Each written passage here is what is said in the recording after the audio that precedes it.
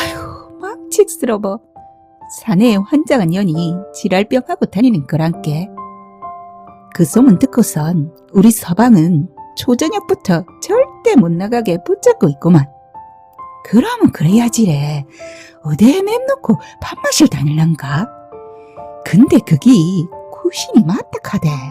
일만 끝나면 연기처럼 사라져. 흔적이 없다 안카나. 참으로 모를 일이제. 둔갑한 여시가 자네들 전기를 쏙쏙 빨아 사람이 뗄락하는 게 아닌겨. 상사병이라 갑디더. 상사병이 깊으모 미친 지랄이 나서 산지 사방 쏘다닌다 안 그렇습디요. 그 기집이 숨을 쌕쌕 헐떡이며 만석이 하더랍디더.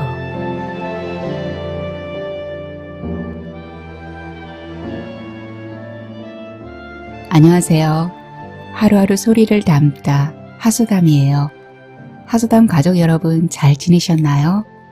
어느새 가족이라는 느낌이 드는 거 있죠? 갑자기 더워진 날씨 때문에 많이 힘드셨죠? 물도 많이 드시고 숲속에서 산책하면서 저의 소설을 들으면 어떨까 이렇게 생각이 듭니다. 네, 지난번에 연신의 노래 1부 읽어드렸어요. 오늘은 이어서 2부 이어지겠는데요. 연신이 아버지의 빚 때문에 만석 씨에게 살림을 살러 들어간다고 하죠. 그런데 연신의 어머니의 반응이 심상치 않습니다. 오늘 그 이야기 속으로 들어갈 텐데요. 오늘도 건강 유의하면서 하소담의 낭독 소리에 귀를 기울여 주세요. 그리고 구독과 좋아요, 댓글, 주변인에게 공유를 해주시면 저에게 큰 힘이 됩니다. 그러면 인당수부터 낭독 시작할게요.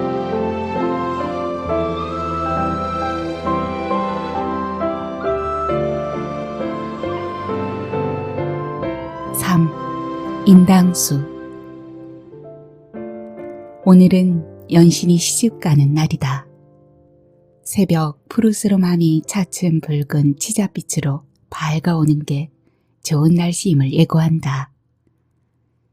연신은 자리에서 일어나 아직 아무 기척 없이 이불을 뒤집어 쓰고 등져 누워있는 엄마를 원망스럽게 바라보았다.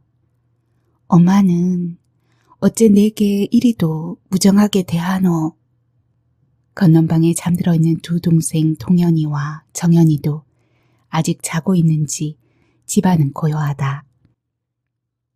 부시시 일어난 연씨는 부엌으로 내려가 아침밥을 짓는다. 평소 늘 하던 일이므로 익숙하게 부를 때 밥을 하고 뜨물에 된장을 풀어 국을 끓이고 그리고 오늘은 좀 특별하게 평소 아껴두었던 굴비를 3마리나 석쇠에 구웠다. 마침 알맞게 익은 열무김치와 함께 소안의 밥상을 차리며 소리친다. 동현아, 정현아, 아침밥 먹고로 얼른 일어나거라. 그리고 밥상을 안방으로 들이며 아직 돌아 누워있는 엄마를 부른다.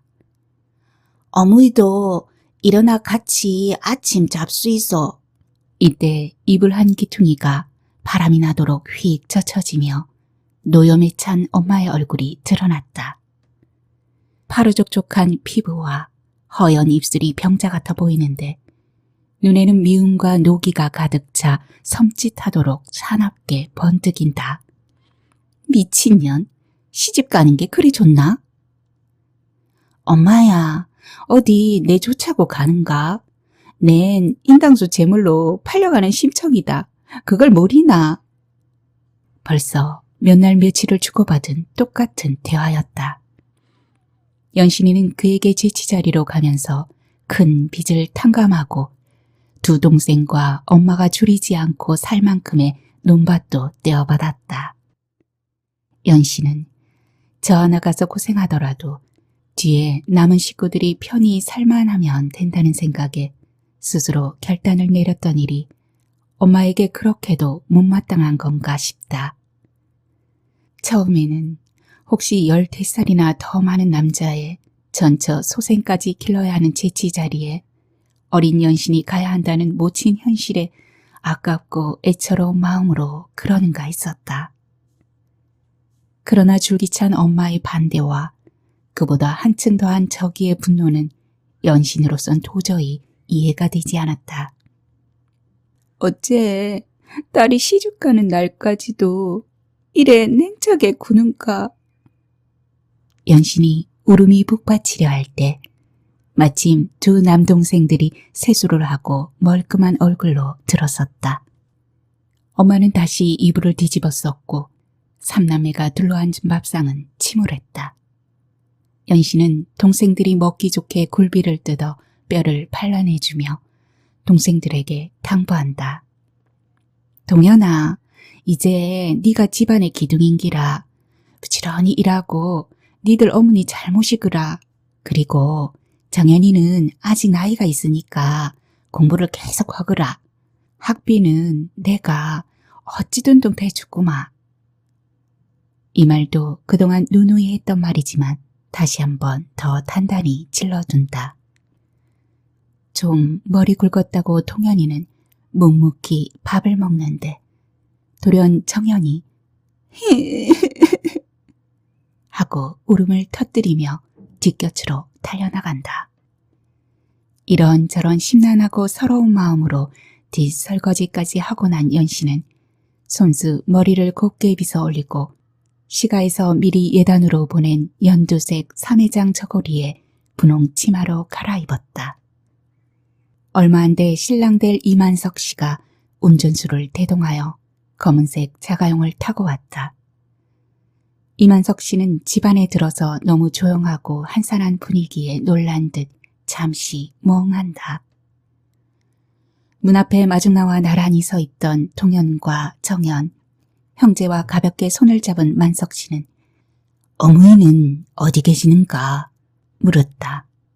어머니는 편찮으시에 자리에 누워 계십니다. 동현이는 침착하고 의젓하게 말했다. 어디가? 얼마나 많이? 만석 씨는 당황하고 다급한 마음으로 안방문 앞으로 다가가 안에다 대고 묻는다. 장모님, 저 왔습니다. 얼마나 편찮으신지 좀 들어가 봬도 되겠습니까? 이때 연신이 분홍 치맛자락을 사르르 끌며 마루로 나왔다. 어매는 지금 잠들어 계십니다. 다음에 뵈이소. 연신이 조용히 말했다. 만석 씨는 상황 판단이 잘 안 되는지 눈을 끔뻑이다가 문을 향하여 말한다. 일간 다시 찾아뵙겠습니다. 몸조리 잘 하시소. 이만석 씨는 참하고 어린 신부 연신이를 데리고 떠나는 마음이 퍽이나 안쓰럽다. 연신이 시집 동네인 연문동에 이르렀을 때는 한낮이 지난 오후 2시쯤. 시집인 이만석 씨의 집은 연신네와는 전혀 딴판 잔치집 분위기로 흥성되고 있다. 대문 밖 큰 마당에는 차이를 치고 그 아래에 멍석을 널찍이 깔아 많은 손님들이 북적였고 대문을 들어서자 앞마당엔 아낙네들이 지짐을 붙이고 고기를 굽고 그리고 일변에선 상을 차리고 내온상을 치우느라 분주한 모습들이다. 만석의 인도로 연신이 들어서자 모든 사람들은 움직임을 멈추고 그들 새신랑 신부를 유심히 살펴본다. 새색시가 어여쁘게도 생겼구만이라오. 저리 어린 각시가 이 집 큰살림을 잘 해나갈란가 모르겠네. 아, 그러니 억만금을 주고 데리고 오지 않았겠나. 수많은 수군거림이 지나간다. 연신은 일단 안방에 들어서 우선 숨부터 고른다. 누군가 나이 지긋한 아지매가 들어와 연신의 머리에 기다란 비녀를 꽂아 양 끝에 댕기를 내리고 머리에는 쪽두리를 씌운다. 그리고 다홍색 몸체의 색동 팔솜에 긴 저고리, 대레복을 입혀준다. 대청마루에는 패백상이 차려져 있다. 높직이 고인 떡과 과일, 그리고 알굵은 대추와 밤. 시집일과 어르신과 가족들에게 차례로 절을 올린다. 아들, 딸 많이 낳고 잘 살그래. 덕담들이 오가고 웃음꽃이 만발한다. 마지막으로 어린 딸과 아들이 윗자리에 앉았다. 야, 아들이 네 아들, 딸이 된기라. 잘 키워줬구만. 당부하는 노친의 목소리는 위엄이 있었다. 그러나 그 이면에는 간절하고 불안한 염원이 깔려있다. 지 아들의 외할매요. 만석씨가 연신의 귀에 가만히 속삭인다. 11살 한영이와 8살 소영이. 연신은 미소를 지으며 그 애들을 바라보았다. 만석씨는 하루 일과가 끝나면 연신이 귀가하는 안방으로 들어왔다. 본래 먼 친척으로 살림을 돌보아주는 안짬작이 아지매가 있어 대충의 일들을 거들어주지만은 연신은 손수 저녁 밥상을 차려들고 만석씨 앞에 올렸다. 저녁은 한영이 소영이와 같이 먹는다. 상을 물리면 만석씨는 아이들과 한동안 놀아주었다. 학교 생활을 묻고 숙제를 검사하고 그리고 아이들이 뭐 필요한 게 없는지 자상하게 살피며 다정한 아버지가 되어주었다. 연신에게는 이런 모습을 보는 게 따뜻하고 흐뭇했다. 그러나 잠자리에 들면 만석씨는 갑자기 말이 없어지고 무뚝뚝해졌다. 연신이도 처음 경험이므로 어쩔 수 없는 두려움과 경계로 온몸이 굳어졌다. 그러나 며칠이 지나도록 언제나 간격을 두고 떨어져 등을 보이며 잠드는 만석씨가 차츰 의아하고 신경 쓰였다. 거의 보름이나 지난 어느 날 밤 연신은 유난히 잠이 오지 않았다. 오매는 이자 성이 풀려 기동이나 하려나? 동현이 정현이는 끼니나 잘 때우고 있을까? 막상 나가 떠나올 때 우리 식구들은 우찌 그리 무정하더노. 사면이 고요 적막한 밤 연신은 홀로 멀리 무인도에 떨어져 포류하는 나그네처럼 외롭고 서럽다.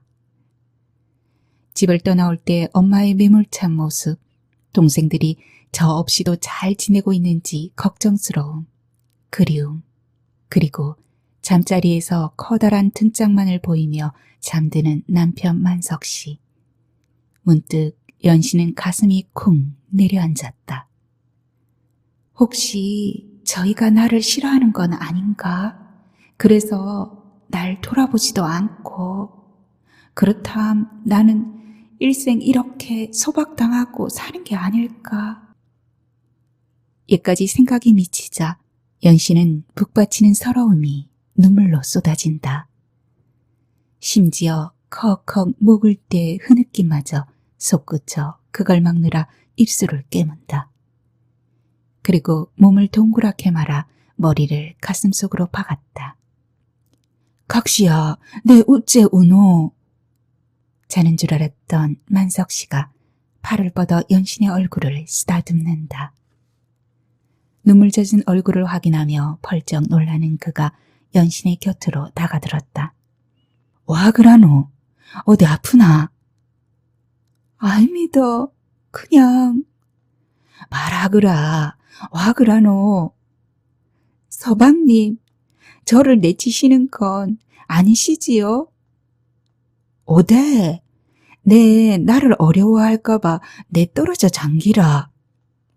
만석씨는 연신을 끌어당겨 깊이 깊이 안아주었다. 그 따뜻하고 넓은 품에서 연신의 큰 시름은 지나갔다.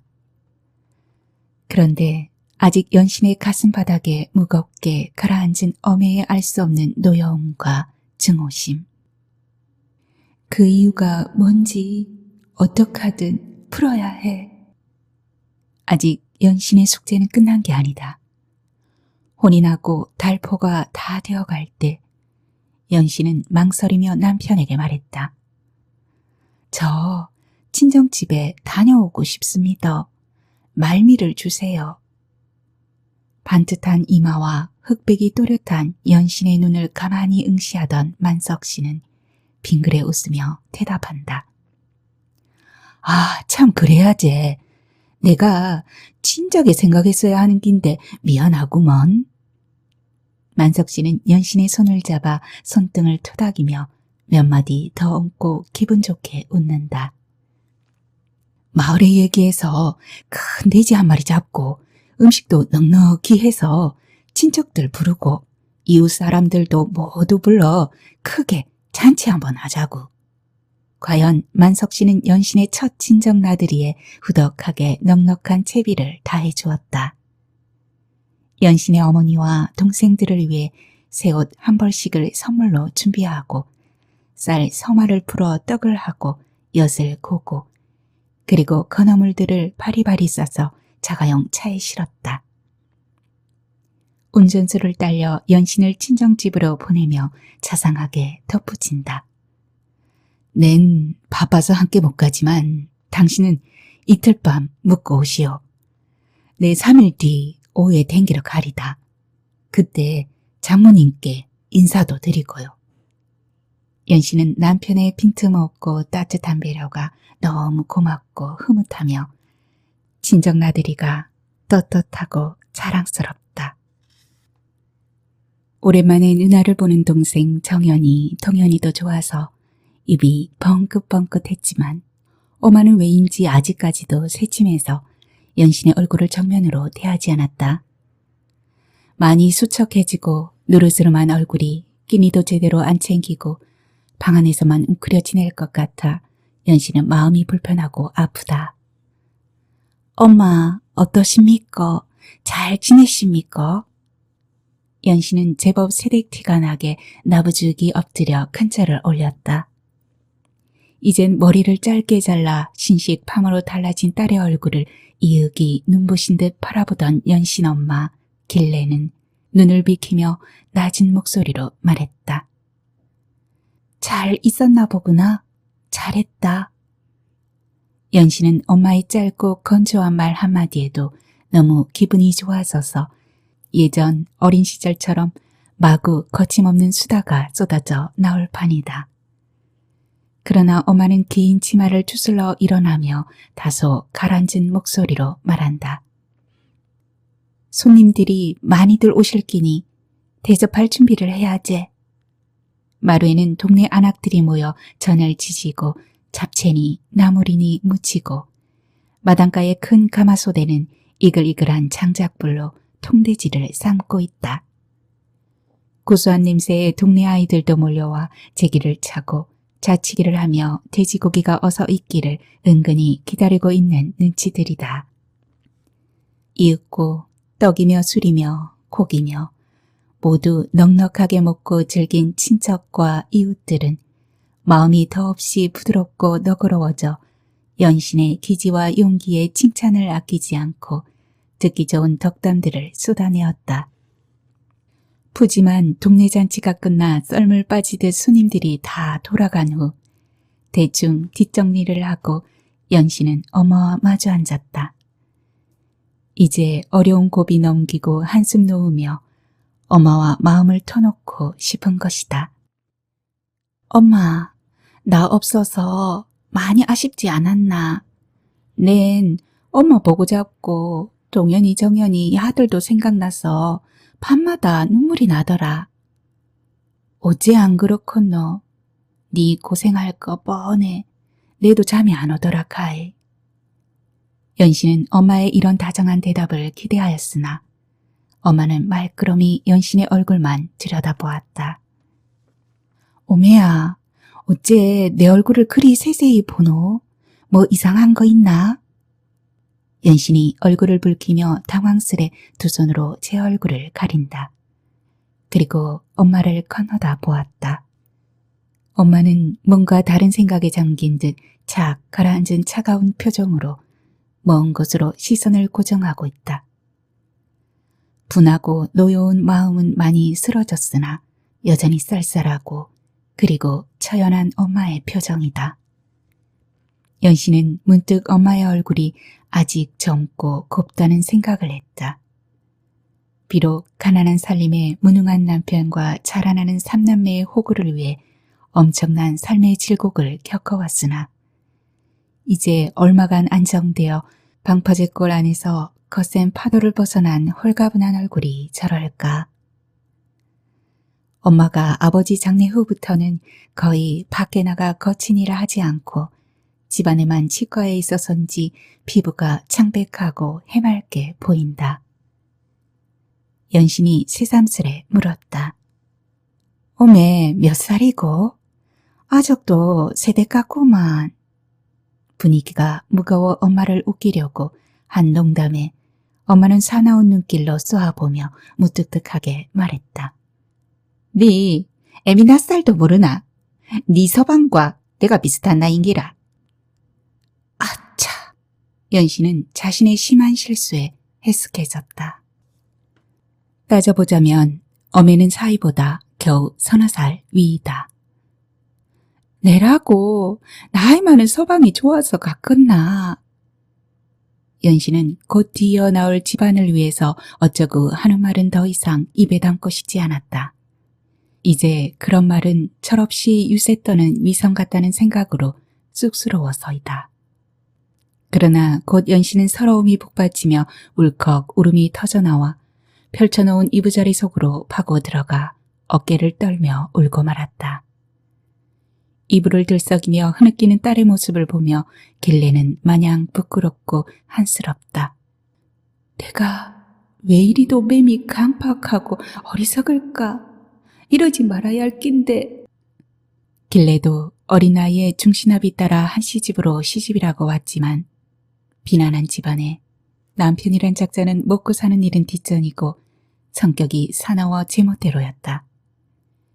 그나마 시부모가 계실 때는 그럭저럭 끼니나 때우고 큰소리 안 내고 살았으나 두 분이 앞서거니 뒤서거니 돌아가신 후 남편은 더 한층 폭군처럼 고약해지고 술을 마시면 주사가 심해 이루 말할 수 없이 식구들을 괴롭혔다.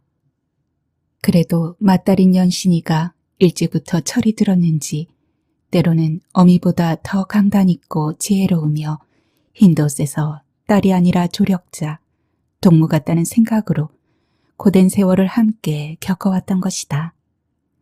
연신이 곁에 없었다면 어찌 나아가 지탱에 살아실고. 길래에게 남자란 좋든 싫든 부모가 짝지어준 남편 한서방 하나뿐이었다. 남편이 아무리 고약스레 굴어도 세상 남자들 속성이 다 그러려니 또는 내 팔자가 사나워서 하고 혼자 속으로 생각할 뿐 사주팔자를 잘못 타고났다는 체념으로 남들은 어쩌고 하며 비교할 줄도 몰랐다. 그런 길래에게 놀랍고 새로운 시야가 열린 것이다. 이만석 씨는 본래 길래 남편 한 씨와 한 동네 국민학교를 다니며 형, 동생 하던 선후배 사이였다. 이후에도 인품이나 신망이 좋은 만석 씨는 명절이나 생일 때 직접 들러 인사를 건네기도 하고 바빠진 근래에는 사람을 시켜 선물을 전하기도 했다. 작년 언젠가 한 씨가 지병으로 몸져 누웠다는 소식을 듣고 그가 찾아온 적이 있었다. 그는 한 씨의 병세를 이리저리 챙기고 돌아가는 길에 길래에게 명함과 얼마간의 약값을 내놓았다. 형수님, 형님에게 어려운 일이 생기면 내게 연락해 주이소. 그때에도 그의 친절이 고맙다고 생각했을 뿐 천만 다른 감정은 절대 없었다. 그런데 남편 한 씨에게 위급한 상황이 생기자 경황 없이 그에게 연락을 하고 말았다. 천지간 믿을 만한 친지나 이웃이 없었던 것이다. 그는 연락을 받자 열일 제치고 자신의 자가용 차를 타고 곧바로 달려왔다. 그리고 고통으로 몸을 뒤트는 한 씨를 넙죽 업어 차 뒷좌석에 태우고 형수님도 어서 여기 타 있어 하며 운전석 옆자리를 권하였다. 그의 말에 따라 조수석에 앉은 다음부터 길래는 마법처럼 전혀 다른 세상에 들어서게 된 것이다. 차문을 닫자 좁은 공간에 어떤 낯선 냄새가 강하게 느껴졌다. 땀 냄새에 배어든 왕성한 동물적인 냄새. 그 냄새가 싫지 않다. 냄새의 근원을 따라 눈길이 간 곳에 두툼하고 널찍한 남자의 건장한 어깨가 있었다. 길레는 곧 얼굴을 붉혔다. 그러나 심장이 쿵쿵하며 지나치게 두근대어 무의식 중에 가슴을 쌓아놨다. 이게 뭔 짓이라냐?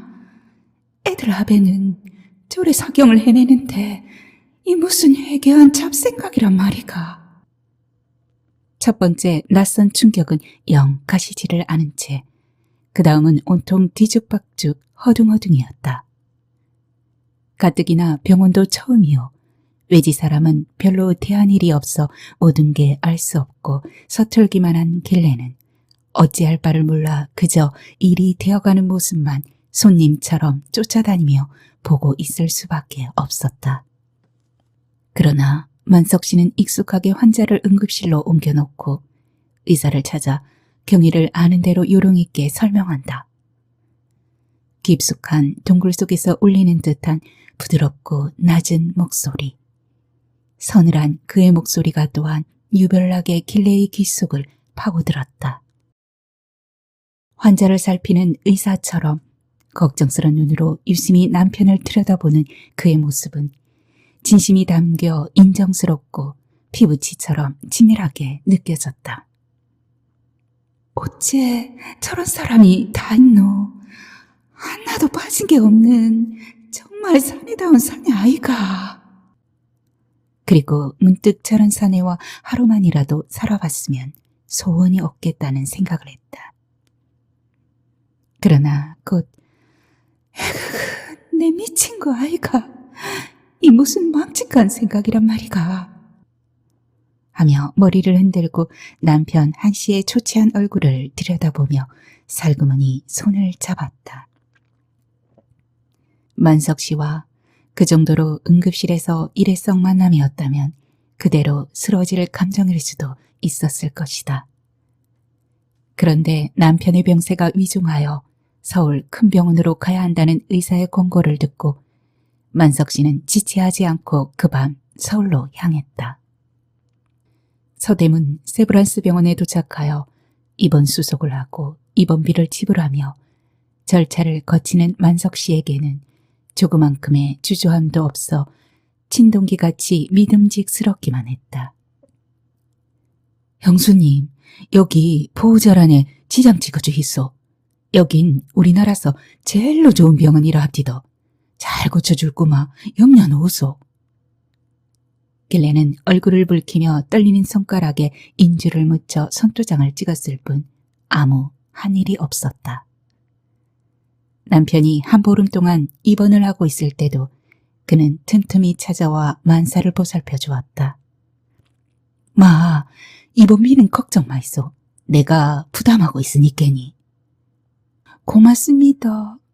냉중에 꼭 갖겠습니다.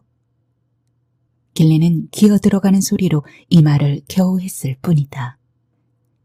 그러나 만석 씨의 이미지는 길레의 가슴 속에 찬탄과 동경의 절대주로 크게 자리 잡아가고 있었다. 결국 남편 한 씨는 온갖 치료도 소용없이 숨지고 말았다. 한 집안의 가장이 아무런 준비도 대책도 없이 폭풍처럼 일을 벌여놓고 뜬금없이 가버렸다. 나더러 어떡하라고. 어쩔 줄 모르고 망연한 길레 앞에 모든 일을 일사천리로 해결해준 사람도 만석 씨였다. 그의 의견에 따르는 것이 당시로서는 최선이었다. 이 은혜를 꼭 갚겠습니다. 길레는 이번엔 좀 더 또렷한 말씨로 인사를 했다. 어떤 소망이 가능성이 되어 그네의 가슴 속에 자리 잡았을까. 길레 스스로 생각해도 참으로 어처구니 없고 회개한 욕심이요 염치 없는 생각이었지만 자기도 모르게 마음이 이랬다 저랬다 오락가락했다. 내 일에 살지 않았다. 비록 가난하고 힘들게 살고 있지만 한 지아비만을 섬기고 아이들 낳아 잘 길렀고만은 내 이 무슨 망령이고 연신이 보기 부끄럽다. 인생 한번 사는 게 아이가. 난 한서방 그 인간 하나만 남자라 생각하며 죽이라 밥이라 가리지 않고 매 맞으며 한 자리서 살았는데 세상에 저리 잘난 남자가 있다니 믿기지 않는다. 남의 말로 들었심 거짓말이라고 했을 끼구만. 근데 바로 눈앞에 손잡을 만한 곳에 있지 아이가. 그도 나를 홀씨 나이도 어색하구만. 못할 게 뭐 있겠나. 내도 제 푼수 모르고 웃기는 년 아닌가 배? 엊그제 서방상 당한 년이 이 무시 망측한 발상이고 내 혼자 발광을 하는구만. 김치국만 푸지게 마시고 앉아서. 하루는 길래 세수를 꼼꼼하게 하고 경대 앞에 앉아 머리를 곱게 빗어본다.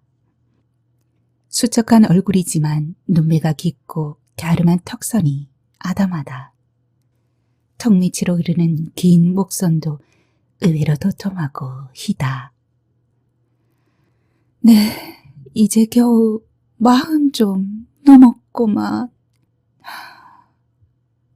길래는 한숨을 쉬며 들창 넘어 먼 산을 내다보았다. 심장이 통증을 느낄 만치 뭉클하며 오래 잊고 있었던 그곳의 젖무덤이 기지개 펴듯 뻐근하다. 길래가 하루는 지옥, 또 다른 하루는 천당을 꿈꾸고 있을 때 딸 연신이 폭탄 같은 발언을 했던 것이다. 만석 씨와 혼인하여 빚도 갚고 앞으로 살 기반도 만들겠다고. 이게 선수를 치는구나. 놀람과 동시에 퍼뜩 비교치가 주르르 나온다. 어리고 어여쁜 연신이, 언젠가 만석 씨가 중신을 넣었던 연신이 영리하고 당차서 결심하면 곧장 돌진해버리는 연신이, 내가 얘를 어떻게 당할 건가. 길래는 얼굴이 새파래져 이불을 뒤집어 쓰고 누워버렸다. 내 아무리 미치지 않고야 어째 이런 애미 속을 내게 말하리. 연신이 돌아가기로 한 날 컴컴한 새벽부터 일찍 일어난 길래는 연신이 시댁에 갖고 갈 이바지 음식을 정성스레 장만했다. 찹쌀을 갈아서 지글지글 기름에 지져 가운데 파달심을 넣어 얌전하게 접어 개어 볶음이를 만들고 잘 익은 막걸리를 빚어 엿기름 맑은 물과 파바를 넣고 삭힌 동동주를 대병에 담았다. 연신이 가져온 북어를 잘게 찢어 고추장, 참기름으로 양념한 밑반찬도 연신을 위해 만들어 넣었다. 그리고 가지런히 광주리에 담아놓은 뒤 길래는 머리에 수건을 두르고 들러 나갔다. 늦지막한 오후, 약속대로 연신을 찾아온 만석 씨는 처남 동현이와 정현이의 배웅을 받으며 연신을 데리고 처갓집을 떠났다. 어째 장모님은 내 인사를 받지 않으실까? 만석 씨는 혼잣말처럼 불만스레 말했지만 연신은 못 들은 척 젖장방만 보고 있다. 저쪽 콩밭머리 어디에서 흰 수건을 푹 눌러쓴 어매가 호미로 풀 뽑던 일손을 멈추고 몸을 일으켜 먼지 일으키며 달리는 검은 승용차를 무견히 쳐다볼 것 같아서이다.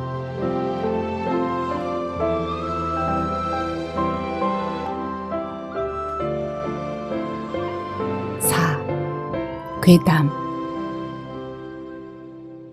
여인 몇이 모여 으스스한 대화를 나누고 있다. 워낙 맺힌 귀신이라 카이. 읍내에서 회개한 소문이 떠돌고 있었다.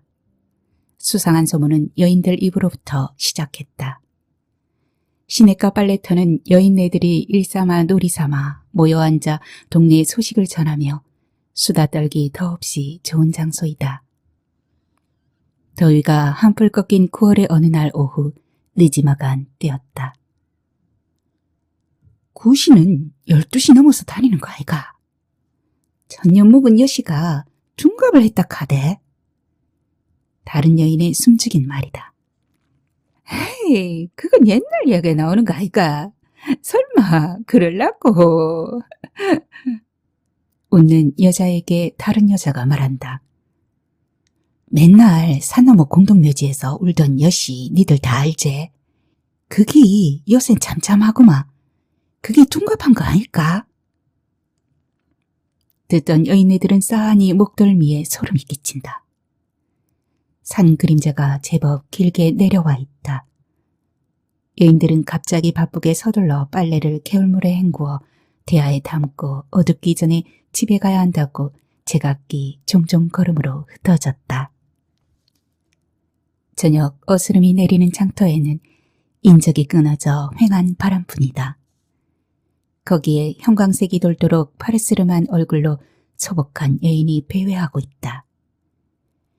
큰 길을 한 바퀴 돌아 골목길을 꺾어돌며 혹시 늦도록 전을 연 술집 앞을 기웃거리기도 한다. 여인이나 아이들이 수상하게 쳐다보면 얼른 눈을 내리깔고 고개를 외롭고며 소리 없이 지나치는 걸 보면 아주 정신놓은 미친년은 아닌 듯하다. 그러나 귀골이 좋아 힘께나 쓸만한 장정을 만나면 살그머니 눈을 찢떠 해주기 웃는다. 정신이 올바른 사내라면 에이 재수없는 여신년 하고 침을 탁 뱉으며 처자식 기다리는 집으로 가겠지만 술이 한두 잔 올라 마누라가 바가지를 긁거나 말거나 쌀독에 쌀이 떨어지거나 말거나 아새끼들이 배고파 울거나 말거나 거나하게 정신줄 헐렁한 한량들 그리고 동가식 서가숙하는 불황아 또는 게으르고 마련 없어 장가 못 간 노총각들에게 이런 횡재가 어딜선가.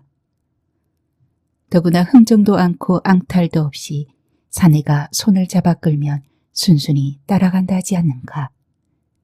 그리고 헛간에서건 으슥한 산비탈 흙바닥에서건 심지어 막다른 외진 골목에서도 치마를 깔고 다리를 벌린다는 소문은 어디서부터 난 걸까. 동네에서 호러무니 모시고 사는 과수땡네는 만만한 여인들의 마실방이다. 아휴, 망측스러워. 사내에 환장한 년이 지랄병하고 다니는 거란께. 월가닥스럽고 입이 거친 사평댁이 들어와 앉자마자 초장에 본론으로 직행했다.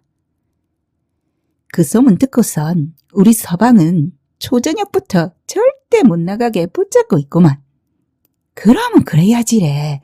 어디에 맴놓고 밥마실 다닐란가? 늙으스레한 영수 엄니 말. 우리 주접은 저녁만 되면 엉덩이를 들썩들썩 내뺄 궁리만 하는디. 왁자한 웃음소리. 아니, 근데 그게 구신이 맞다카대. 일만 끝나면 연기처럼 사라져. 흔적이 없다 안카나. 참으로 모를 일이제. 둔갑한 여시가 자네들 전기를 쏙쏙 빨아 사람이 뗄락하는 게 아닌겨. 상사병이라 갑디더. 상사병이 깊으모 미친 지랄이 나서 산지 사방 쏘다닌다 안 그렇습디요. 그 기집이 숨을 쌕쌕 헐떡이며 만석이 하더랍디도. 반지꼬리를 갖고 와 조용히 버선보를 깁던 젊은 새댁이 낮은 소리로 말한다. 새댁의 낮은 목소리는 마침 사평댁이 떠드는 열띤 주장에 덮여 좌전은 듣지 못했다. 그러나 새댁은 어젯밤 남편의 말이 길게 여운으로 남은 것이다. 사평댁의 말은 이렇다. 우리 여자들이 나서서 그 미친년이 우리 동네에 들어오지 못하게 지키자는 것이다. 못 믿을 것은 남정네들인께 우리가 내일부터 마을 입구에서 그 미친년이 못 들어오게 교대로 지켜야 한다는 것이다. 만나면 동네 한가운데로 끌고 가 온 남정네가 보는 앞에서 퇴장을 치자는 것이다. 맞습니다. 맞아요. 우리 서방들은 우리가 지켜내야 합니다. 발세 넘어간 놈이 있구만요. 갑자기 흥분한 목소리로 끼어드는 새댁의 열띤 모습에 모두들 놀라 할 말을 잇고 입을 해 벌린 채 그녀를 바라보았다. 연씨는 마음이 뒤숭숭하니 매일 밤 꿈자리까지 사납다. 못 견디게 어매가 걱정되는 것이다. 친정에서 돌아올 때 어매는 어디 가서 보이지 않았을꼬. 마음 같아선 한 걸음에 친정집에 가고 싶지만 이제 그 절차가 녹록지 않았다. 남편에게 얘기하고 허락받고 차편이야 대주겠지만 그것도 부담이 된다. 그리고 오후에 학교에서 돌아오는 한영이와 소영이 이제 겨우 친해지고 있는데 정연이는 고등학교에 진학하여 도시에 나가 있고 하는 수 없이 동현에게 인편을 보냈다. 누나가 너를 보고 잤구나. 일간 와 죽어라. 동현은 연락을 받자 곧 누나에게 왔지만 오히려 누나를 보자마자 제 불평부터 한다. 어매가 통 농사일은 뒷전이니 저 혼자 논이야 밭이야 뛰어다니기 너무 힘들다는 말이다. 어매는 일찍 일어나 아침밥하고 언제나 어매와 난 같이 아침밥을 먹는다. 그럼 고마운가 아이가. 그리고 뭐 하는디? 연신의 성급한 물음에 동현은 느긋하게 대답한다. 상 치우고 집안 청소하고 그리고 세수하고 나가버린다. 어디로 가는데? 낸들 아나. 어매는 미쳤다. 옛날 우리 어매가 아니다. 동현아, 내가 단대히 어매를 살피거라. 난 걱정이 돼서 잠도 안 온다 카이. 누이야, 어매보다 내가 더 힘든 기라. 농사를 어에 짓는지 내가 어찌 알겠노. 그럼 차라리 머슴 하나 두거라. 그만한 규모 농사라면 머슴 하나 감당 안 되겠나. 연신의 말에는 별 무관심으로 동현이 엉뚱한 얘기를 꺼낸다. 누이야, 내가 기양 장가들면 어떡하노? 아내와 함께 농사 짓고 사돈 집안도 생기니 의지도 되고 난 의지가지가 필요한 기라. 동해는 심각한 얘기를 하면서도 히히 웃는다. 여하튼 좋고 우선에 어매를 잘 살피거라. 연신도 따라 웃고 만다. 그 회개한 소문은 얼마 되지 않아 늦가을 어느 날 속절없이 쓰러졌다. 인가에서 한참 떨어진 외진 산골짜기, 으슥한 구덩이에 목이 졸린 채 숨져있는 여인이 발견된 것이다. 흑범벅 심하지만 단정히 여며있고 의외로 그 얼굴은 고요했다. 인고를 넘어서 드디어 도를 깨우친 평안한 보살의 미소. 그 미소가 그녀의 죽음을 덜 슬프게 했다. 에이, 어떤 개놈의 새끼가 이렇게 끔찍한 짓을. 시체를 거느는 경관은 그 처염한 모습에 얼굴을 찡그리며 침을 탁 뱉는다. 연신은 나서지 않았다. 동현에게 돈을 주어 사람을 사고 야밤을 이용해 조용히 매장했다. 그리고 남몰래 가슴을 칠 뿐이었다. 어메, 와 그리 처참하게 갔노? 누가 그랬노? 어메는 그런 해설픈 사람이 아니었는기라. 왜 내 가슴에 못을 박고 이렇게 덧없이 가필했노? 연신은 풍문으로 들었다. 어미가 정신이 나가버리면 헛소리처럼 만석이를 불렀다고. 만석이가 누구? 설마 아니 만석이 하나둘이 아닐 끼고. 그러나 마음은 쿵쿵 심장을 두드리며 편안하지 않았다. 그러나 또 어쩌랴 연신의 뱃속에는 사랑하고 의지하는 남편 만석 씨의 어린 생명이 꼬물거리며 자라나고 있는 것을. 만석 씨는 성실하고 자애로운 사람이었다. 그의 생활은 아무런 변화나 파란 없이 언제나 일정했다. 연신이 회임한 것을 안 후로는 더욱더 연신을 위해주고 아꼈다. 그들은 불행한 어매에 대해서는 서로 약속이나 한 듯이 거의 아무 말도 하지 않았다.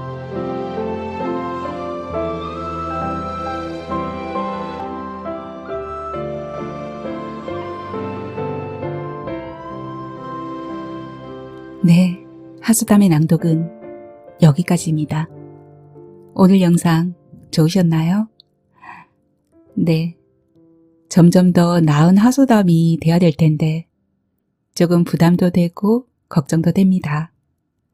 구독자가 좀 많이 늘어서 여러분의 많은 댓글이 달렸으면 하는 바람입니다. 다음 시간에는 이제 흐르는 이물은 어제 흐르던 그물이 아니네 부터 이어지겠습니다. 오늘 영상 좋으셨죠? 네. 다음 시간에 저는 그럼 뵙겠습니다. 편안한 시간 보내시고요. 감사합니다.